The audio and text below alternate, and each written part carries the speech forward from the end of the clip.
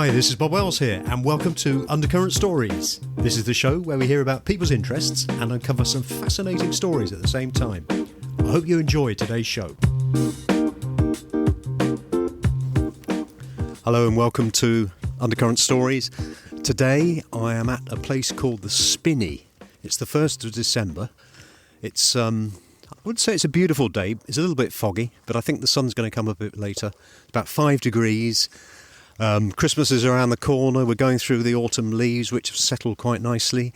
And it gives me great pleasure to be joined again by the Doctor, Patrick Candler. Hello, Patrick. Indeed it is, Doctor. Hi, Bob. It's lovely to see you again in a very different setting than we were a year or so ago. Yeah, it is very different. Not a million miles away from it. Could you just describe where we are, please, Patrick? Well, we are in a place called the Spinney. It's on the outskirts of the village of Little Bytham in South Lincolnshire, which, for those that don't know the area, is about 10 miles north of Stamford.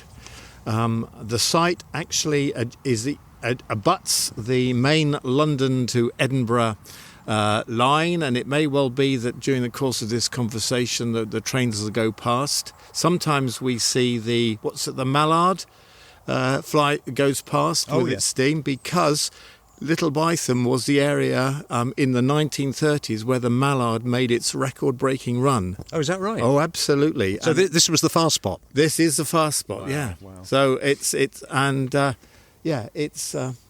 a lovely kind of, I use the word unique, but I really don't know if there are any other sites like this in the country. As you, through the course of this conversation, I will point out things that make it kind of really quite different. Well, that's great. I'm really looking forward to it.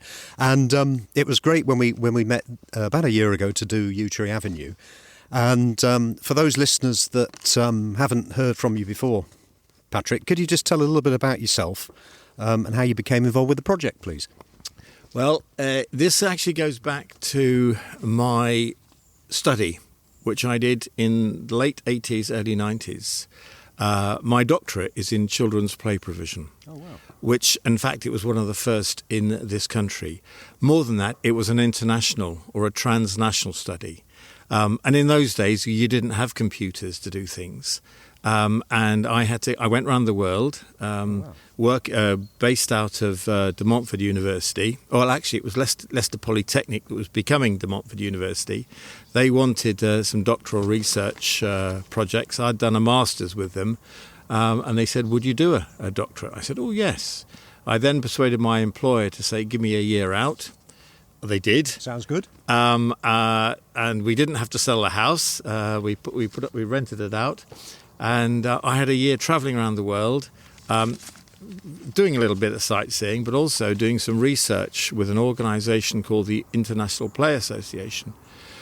From various countries that I went to, ideas sprung up. And when I came back to England in the early 90s, I was living in the other side of Leicester, a place called New Bolverden. We moved here. I was writing up my doctorate. It took me 10 years to do. I actually finished it in 1990. 2000 I finished it. And during that time, I became a parent, and I became chairman of the local PTA, and then chairman of the Bytham School. And at the time, I realised that we really didn't have it's a small rural school. It didn't have a lot of places to play outside. Now, I'd always grown up on a farm where I had hundreds of acres to play on, and I would go off and never be seen from dawn till dusk. And I wanted something like that for my children, so the idea of the Spinney came about. And it's interestingly, and particularly in America, there was some what they call self-help projects, not run by local authorities or parish councils. It was done by organised groups. And I was really impressed with what they did. And I thought, why don't we do it here? So that's what we've done. Well, it sounds like a great idea. So I could see we're walking through. It's a bit of a wood that we're going through, which I guess is a spinney. It is. Its history 80, 90 years ago, it was known as Brickyard Plantation. And the reason why we chose this site, and there's a history there, is because of its natural undulations. And the reason why there's natural undulations is because over the years it has been quarried for stone, and it was also quarried for its clay, because that clay provided the source for the Bytham's brickworks, which used to make bricks, as I said, about 80, 90 years ago. The brickworks subsequently closed down. The Spinney site was left to grow over. Yep. We chose it because it was near the local school, and in terms of a natural habitat, it wasn't a flat piece of ground. No. It had its natural undulations. And at the time, you couldn't get into it because it was a thickly wood with lots of brambles and trees. But 20 years ago, we weren't here. Because we didn't actually get on site until January 2003. But after 5 years of doing all the preparatory work in getting the funding, getting the site sorted and things like this. I can just hear a train go past now. Yeah, well, I'm afraid that we are going to get interrupted a little bit. No, it shows it's an authentic podcast show and not in the confines of somebody's living room. Indeed. So we're coming up to what looks like a little sort of platform step thing here that looks as it's been put in fairly recently. Well, going back to the origins, yes. This actually, funnily enough, it hasn't. It's been in nearly 10 years, and one of the things that we want to be doing over the next year, which is our 20th birthday, is a major restoration and renovation of the site, because the equipment, and you won't see on the podcast, but you'll see when you're here, we've had to take out simply because it's wear and tear, and the timbers that have been in the ground have rotted. Yes. It's like a car. You have to replace it. Yeah. And that's what we will be doing in the coming year. We had hoped to have done it a couple of years ago, but of course, and we had a design sorted out and everything, and then COVID came and everything stopped. And then when we went back to the playground company, they'd gone bust, so we had to start all over again. So there's 10 acres here. The site comprises the woodland site. The Spinney is just over six acres, and then subsequently, a few years later, we bought a meadow, which we'll go and have a look at in a minute, which is a natural wildflower meadow. Again, there's a precious few wildflower meadows in this country because they've all been ploughed up for cereals or grazing. So it is just a really special landscape. Tell us how easy it was to acquire the land then, Patrick. It wasn't easy. Casting my mind back to the late 19. I think the fundamental thing is that it goes back to late 1990s when John Major. Why would I mention John Major's name? But it was his government that set up the National Lottery, and the National Lottery had a program to commemorate or celebrate the millennium. It's called the Millennium Commission. And there was an opportunity arose for us to put in a grant for a project. Now, other people were putting in grants for tea parties and mugs to commemorate the year 2000 and all that. We thought, hang on a minute, how can we make this a little bit bigger? And I mentioned earlier the school. The school is a rural primary school, but it serves a lot of local villages, and it's where people come together. Yeah. And I thought, well, if we get this let's create this playground where people come together. That's a really good message to go to the funders to say this is what we want to do. But did somebody own the land then? Yeah. Well, as I said, in getting to this, we had to decide this site was because it's very near the school was a good one. We then had to negotiate with the Grimsthorpe estate. And again, you can't see it on the podcast, but about just across through those trees there is a Grimsthorpe Castle, the Grimsthorpe Estate. I think it's about 3,000 hectares. A fantastic place. They've also got a pile of land up in Scotland, but I'm not so worried about that. But we talked to the estate, because they owned this site, and they said, yeah, okay, we're not doing anything with it. We'll sell it to you. So we had to buy it, but we got a good price for it. And once we'd secured it, we then had to go through all the planning permission to make the change of use from a woodland area, to create the entrance splay to get in, to create the car park where you've parked your car, and to create all the walkways that we're going around. So quite a lot of work then in getting it together. I mean, a huge amount of work, and we wouldn't have done it if we hadn't have got that funding. In 1998, we got the biggest grant in Lincolnshire, just under £70,000, which enabled us to buy the land and to get all the initial works done. And then since then, I mean, over the last 20 years, we've probably raised about between £250,000 and £300,000 from various funds, donations, lottery, grants, and that's just to basically buy the equipment. That doesn't take into account all the many thousands of hours volunteers have put in. And if you did a nominal £10 an hour charge for that, that's probably another £300,000 or £400,000 added on top. Can you tell us about some of the volunteers, please? Well, I'm one. They are. We've always had a core group of local people, some of whom had children at the school when they were in their 6, 7, 8-year-olds. And we've been with us throughout the 20 years doing our regular work.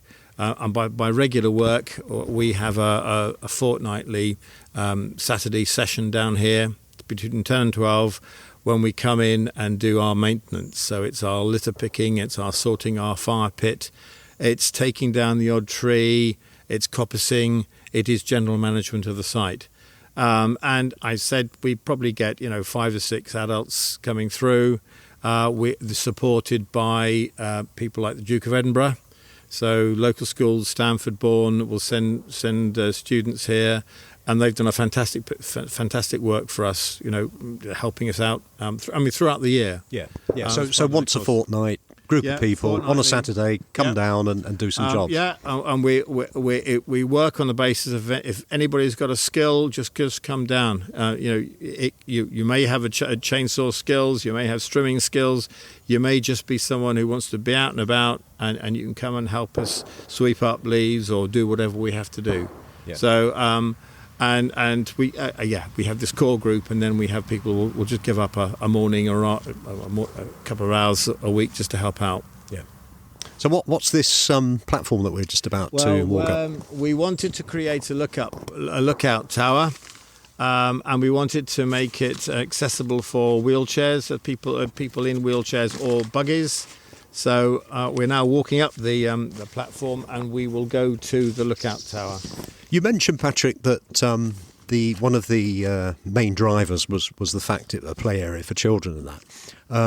So is it really more for children, or is it for all ages? Well, originally it was called a Magical Millennium Play Space, a little bit of alliteration there, but then we decided to call it the Spinney, because that's what the locals always knew it as.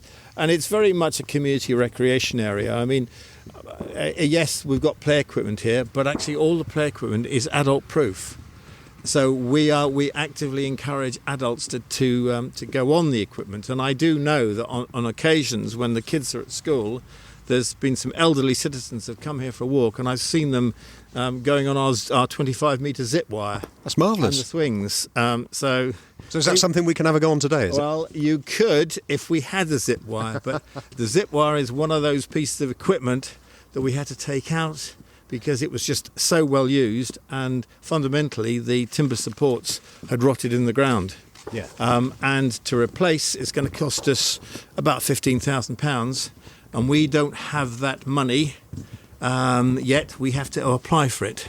So that is one of the things that we will be doing. In fact, maybe later this weekend, I have to put in a funding application to maybe a landfill tax operator or the lottery to say, we've had this project. Yeah, it was originally for the local community, but we get people coming from Nottingham, Peterborough, Lincoln, Spalding. On a nice Saturday, the car park will be full with people, and they come here because it's just, again, there aren't many places where you can run wild in the woods. That's exactly right, and I have to say, if you drove past it on the road, you would never know it was here. Well, we try to be unobtrusive. We want to work very closely with our neighbours, but it is one of those places that. It's a hidden gem. It certainly is. Now we're on top of a wooden platform now, and we're looking down probably south, I would say. Southwest? No, east, southeast. Southeast. What you're looking at now is what the whole site was 20 years ago. So there was lots of brambles and lots of dead trees. There's a lot of elder there. There's some ash that unfortunately is now dying. But and there was a lot of elm in this wood, but of course Dutch elm disease from 30, 40 years ago, the trees were retained here, they were dead, and actually that's great for the invertebrates, the bugs and the beetles who love to live off dead trees. But the problem comes is that when the tree is dead and you look at it and you kind of this huge great 30-foot tree and you go up to it and you push it and it's wobbling, you think, that really needs to come down. So one of the jobs for the volunteers. Well, we have to have people with chainsaw skills to kind of do that. Yeah. But we've had the support of local farmers and local people who've, because their kids have been to the school, they can give up a morning to come and do some special work for us. If it is particular work that we can't do. I mean, when the site was opened up, we had a local contractor had to come in with his digger and put the pathways in. All the equipment has been put in by professional people because we have to comply with appropriate standards. In terms of play equipment, so we get that professional help when we can. Yeah. But again, we're pretty resilient. We can do a lot of it ourselves. Yeah. So where are we going now, Patrick?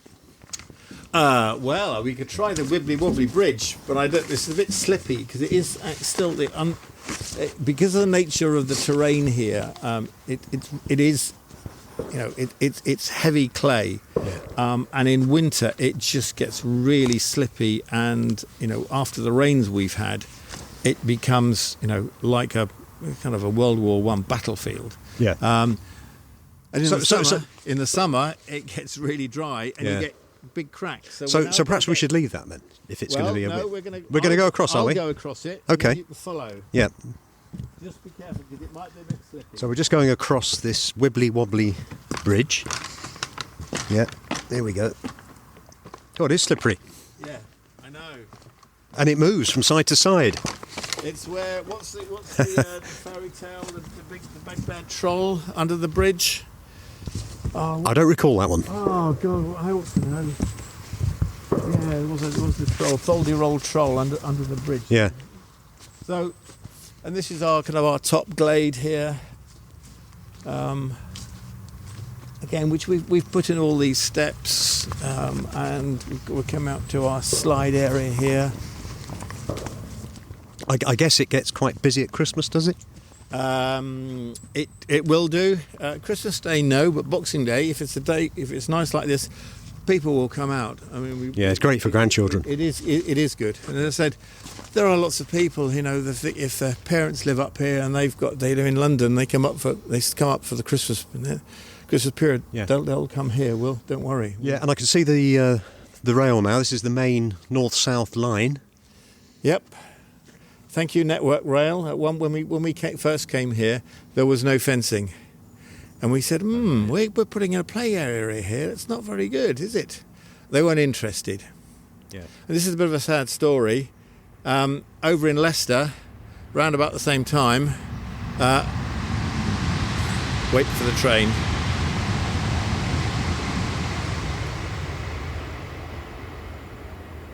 Gone now. There was a fatality where a child had actually slipped down a railway embankment. Oh dear.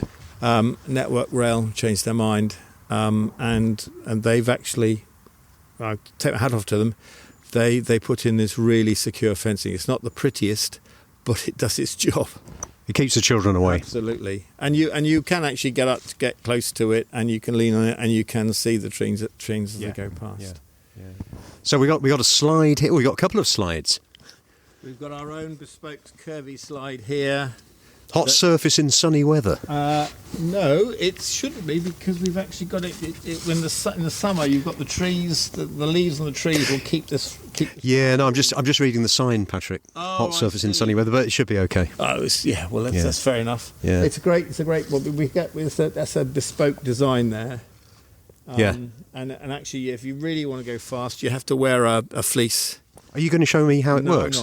I'm not, because because I've got my wet boots on today. Okay. So Another time, perhaps. I'll pass. And we've got a small slide here as well for the youngsters. Yeah. Oh, it's great, isn't it, for children? This, and then down here we got. I guess this is for the really small children. Well, we've got our dedicated under fives area, so we've got a fence around it so that keeps dogs out, because we don't want them pooping everywhere. We're happy to have dogs here. We just want to make sure when the owners come, they actually look after the dogs. But again, I'm repeating myself a little bit. That's been in 20 years. It's looking a little bit tired. There's better stuff on the market. We need about 100, between 150 and 200k. Yeah. Because the kit's gone up hugely in price, particularly in the last year with post-COVID. We need to raise that.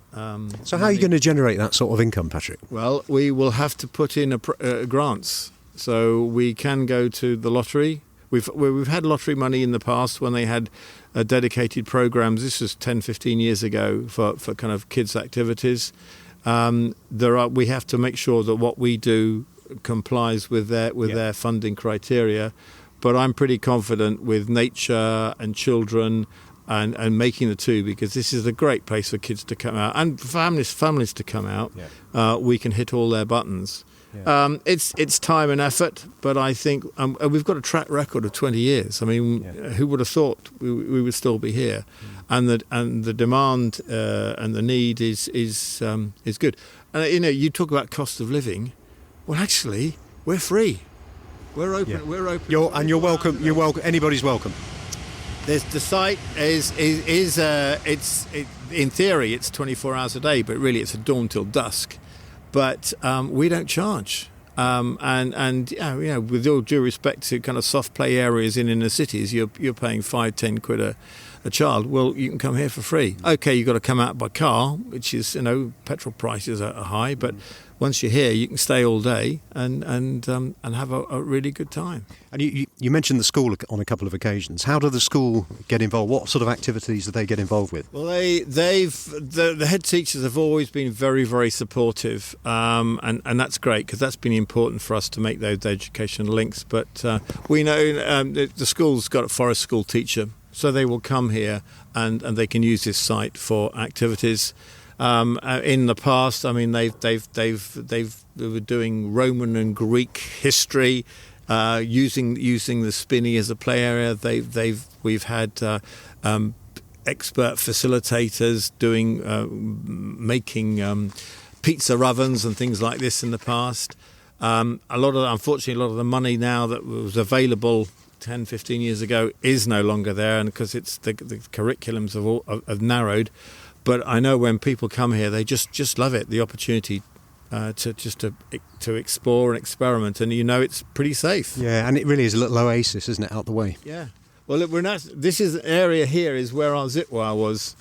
And actually, when we positioned it, if you cast your mind back to the Kevin Costner, is it Kevin Costner? Robin Hood. Oh yeah. 1991, the one with the who was Bryan Adams' song? Yeah, Everything I do for remember, you. Yeah, I remember the film. Well, you start this end and you go and it's you're actually on a zip wire, in the trees, going through the trees, because you've got in the summer they're in full leaf, and you're heading towards that tree at the end, and it's just a bit like the arrow.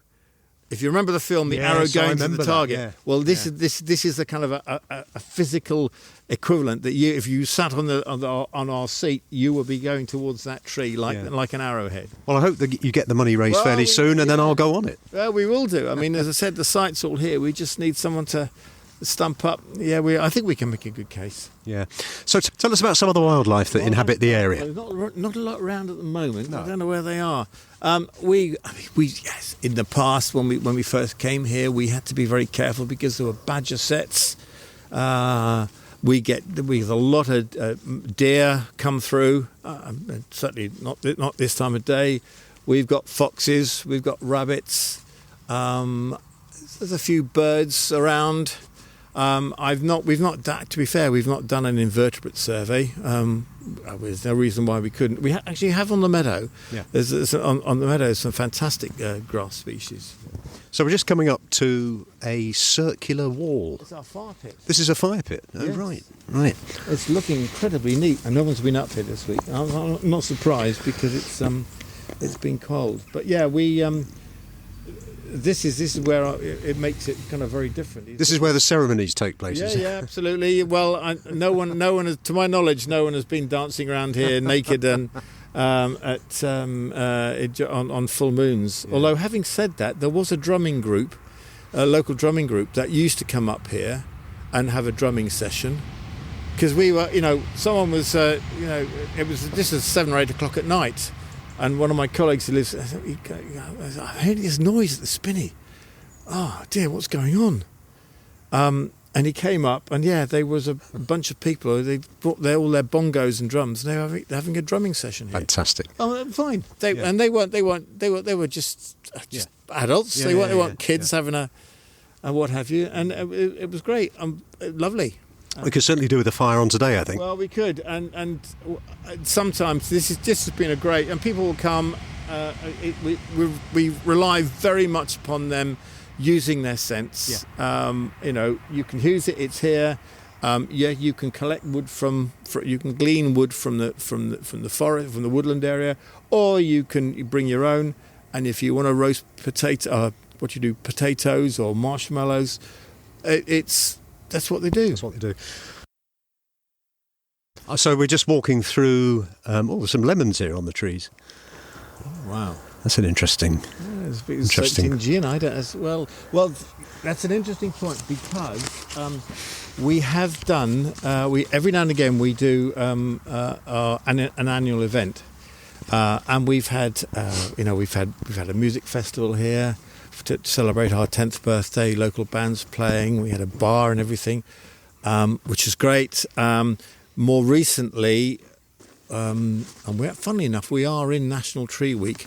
We used to do a tree planting session to celebrate National Tree Week, and we'd have a marquee up, and we've got a wonderful kind of environmental animateur who comes and just makes things out of natural materials, and we can get 400 or 500 people here through the day. It's a half day session from 11 to 4, and they just wander up, and the local school doing hot soups and mulled wine, and it's a great event, and people saw it as the beginning of their Christmas holidays. Unfortunately, the last 2 years we had really bad. Well, one, it was COVID, so we couldn't do anything. And then last year we were about to have an event, and we caught the tail end of a hurricane, and it was absolutely freezing and cold. We just had to cancel it, on 24 hours notice.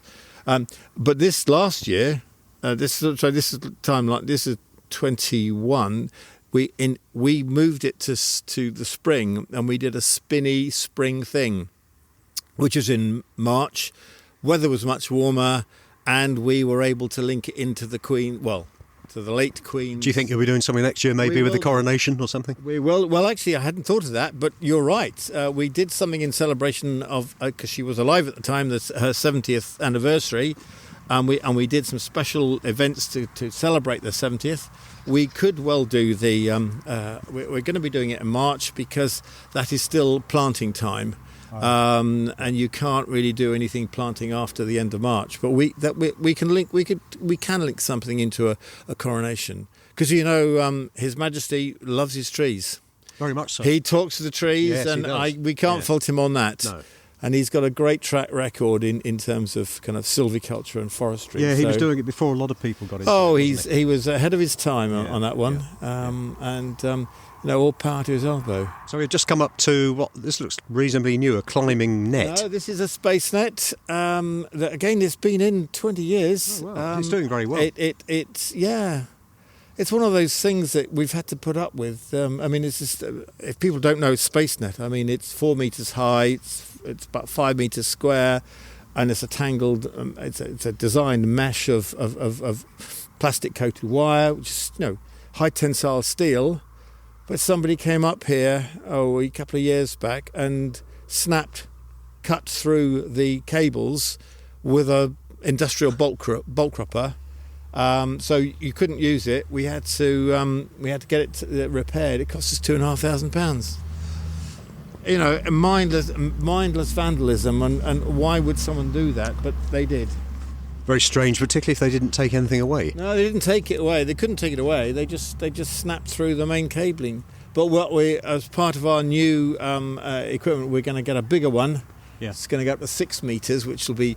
And you can get up there if you wanted. It's, you can't film it, but I could go up there now, and it's quite high. Yeah. Another 2 meters. It's going to be very high. It is going to be high. So hopefully no one's going to get. Yeah. Well, I think I'll perhaps come in the spring or something when it's a bit drier. I wouldn't. It's a bit cold today.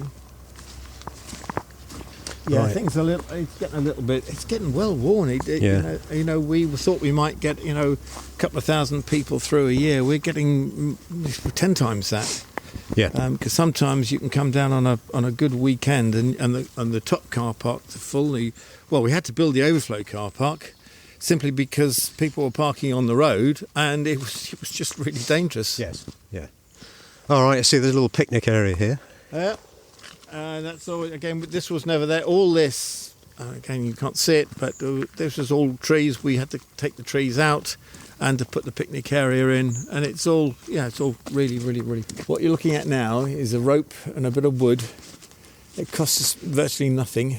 It's probably the most popular piece of kit, and it's just an embankment swing, and the kids, and they come here, will just run up there and swing on it. Yeah, and it's good.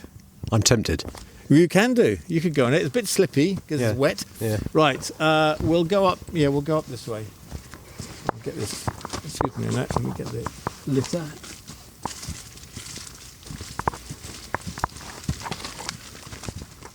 So we're just walking up into what looks like a field. This is the meadow.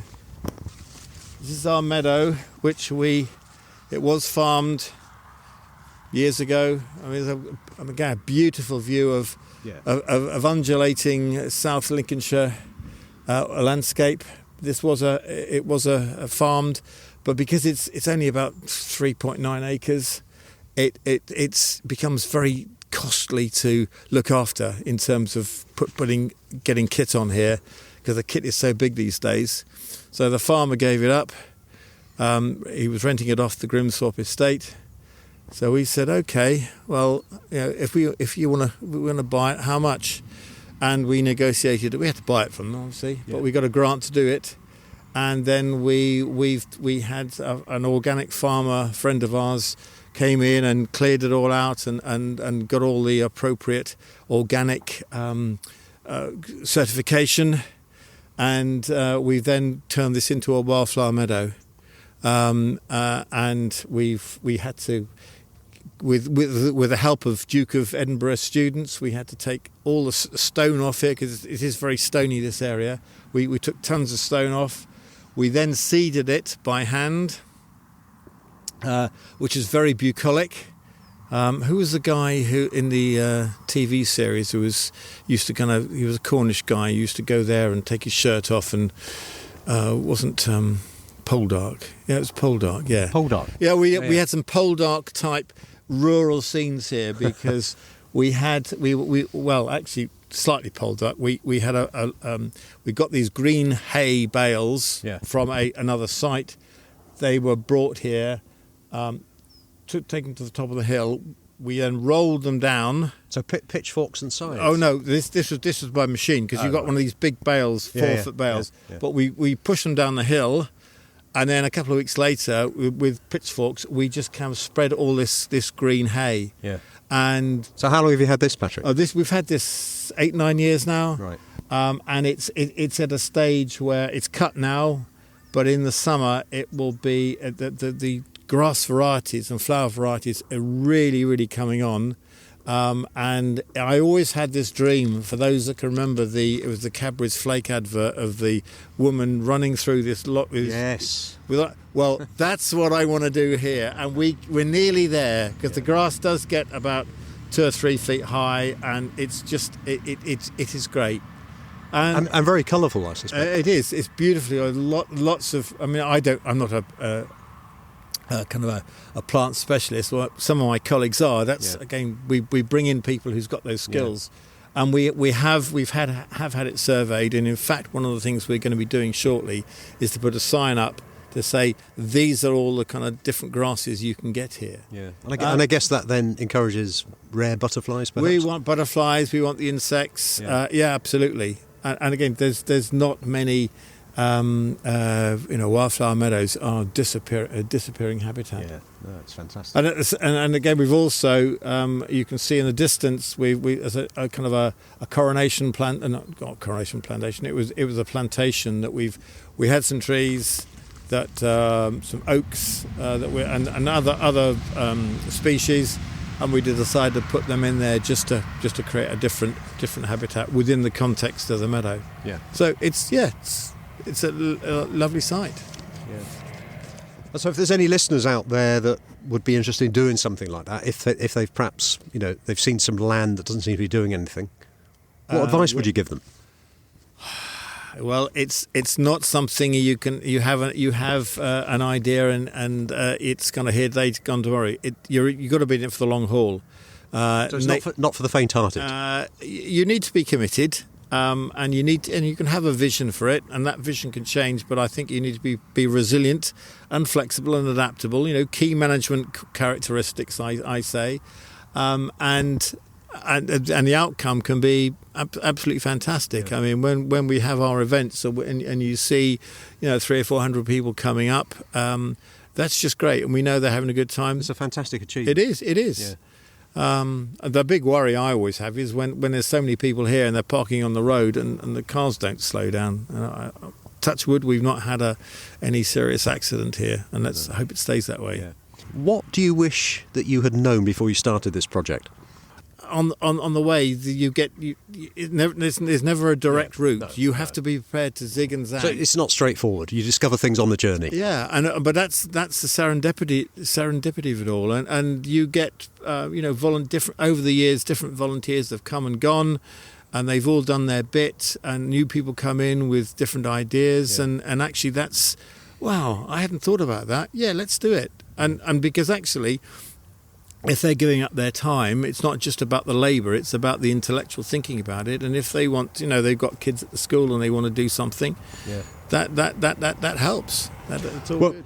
Well, Patrick, this has been a fantastic thing. We should make this an annual event, I think. Well, we could do. Let's see if you've got anything else on. Well, say, all things being equal, if you come back this time next year, I'm hoping a lot of that equipment that we've looked at and walked through will have been replaced with new, stronger, different designs.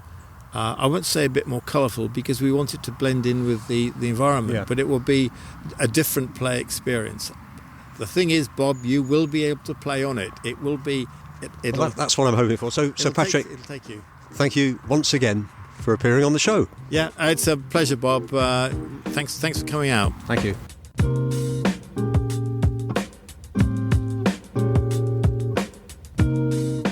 You have been listening to Undercurrent Stories.